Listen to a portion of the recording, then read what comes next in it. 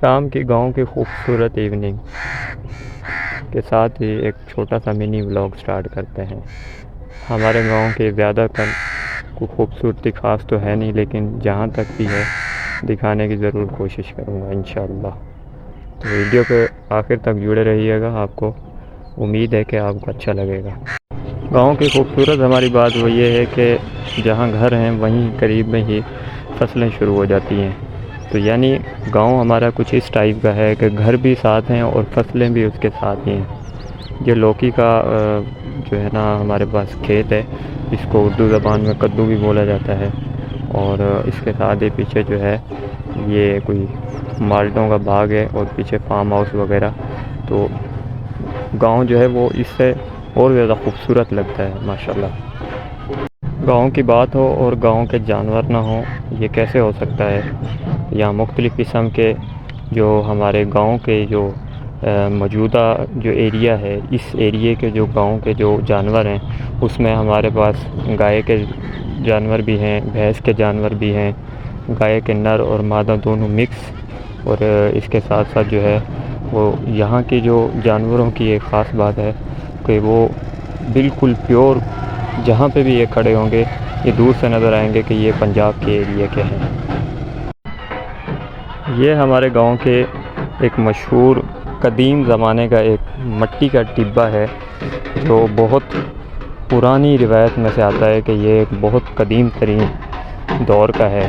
دور ہند برِ صغیر جب تھا تو ان دنوں کا یہ جو ہے مٹی کے یہاں پہ مختلف قسم کے یہاں ٹبے تھے، جن میں سے یہ ایک جو ہے ایک یادگار کے طور پر یہاں پہ ابھی بھی خستہ حالت میں ہے لیکن موجود ہے۔ یہ ہمارے گاؤں کی تقریباً کوئی 300 سے 400 گھروں کے اوپر مشتمل ایک چھوٹا سا بستی لالا ڈرہ کے نام سے مشہور ہے، اور یہ قریب میں ہمارے ڈیرہ بکھا اور اس کے ساتھ جو ہے بہاولپور کے ایریے میں آتا ہے۔ گاؤں مختلف قسم کی ناموں کی بستیوں سے یہاں پہ ہمارے مشہور ہے۔ اس طرف بستی پہوڑا اور اس طرف بستی لالا ڈیرہ، اور یہ ہمارے گاؤں کے جو ہیں وہ پیر سید عبدالشکور شاہ صاحب، ان کا مزار ہے۔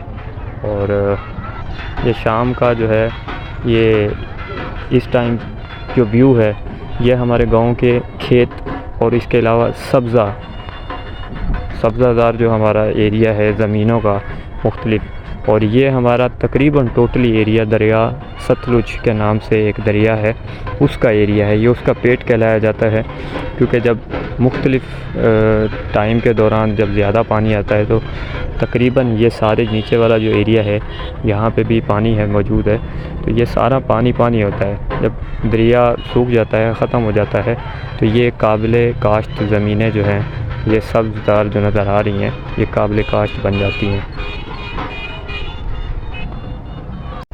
یہ مختلف قبریں آپ کو نظر آ رہی ہیں، یہ قبرستان ہے، قبرستان کا ایریا ہے۔ پہلے یہ اس جگہ پر قائم تھا جہاں پر یہ پانی ٹھہرا ہوا ہے، اور یہ سبز جو فصلیں نظر آ رہی ہیں، پہلے یہ اس جگہ پہ جو ہے قبرستان ہوا کرتا تھا، لیکن دریا آنے کی وجہ سے یہ آپ کو جو ڈھلان، پہاڑ جیسے ڈھلان نظر آ رہے ہیں، یہ مٹی کا کٹاؤ ہو گیا ہے۔ یہاں پہ دریا اپنے ساتھ مٹی کو بہا کر لے گیا ہے، تو اب جو قبرستان ہے وہ یہاں والا تو جو ہے وہ مٹی کے ساتھ دریا کے ساتھ بہہ چکا ہے، لیکن یہاں پر جو ہے یہ موجود ہے، قائم ہے یہاں پر۔ کہنے کو تو یہ کہوں، لیکن ہمارے گلی گلی کوچوں کوچوں تک یہ ہمارے خوبصورت روڈ بچھے ہوئے ہیں۔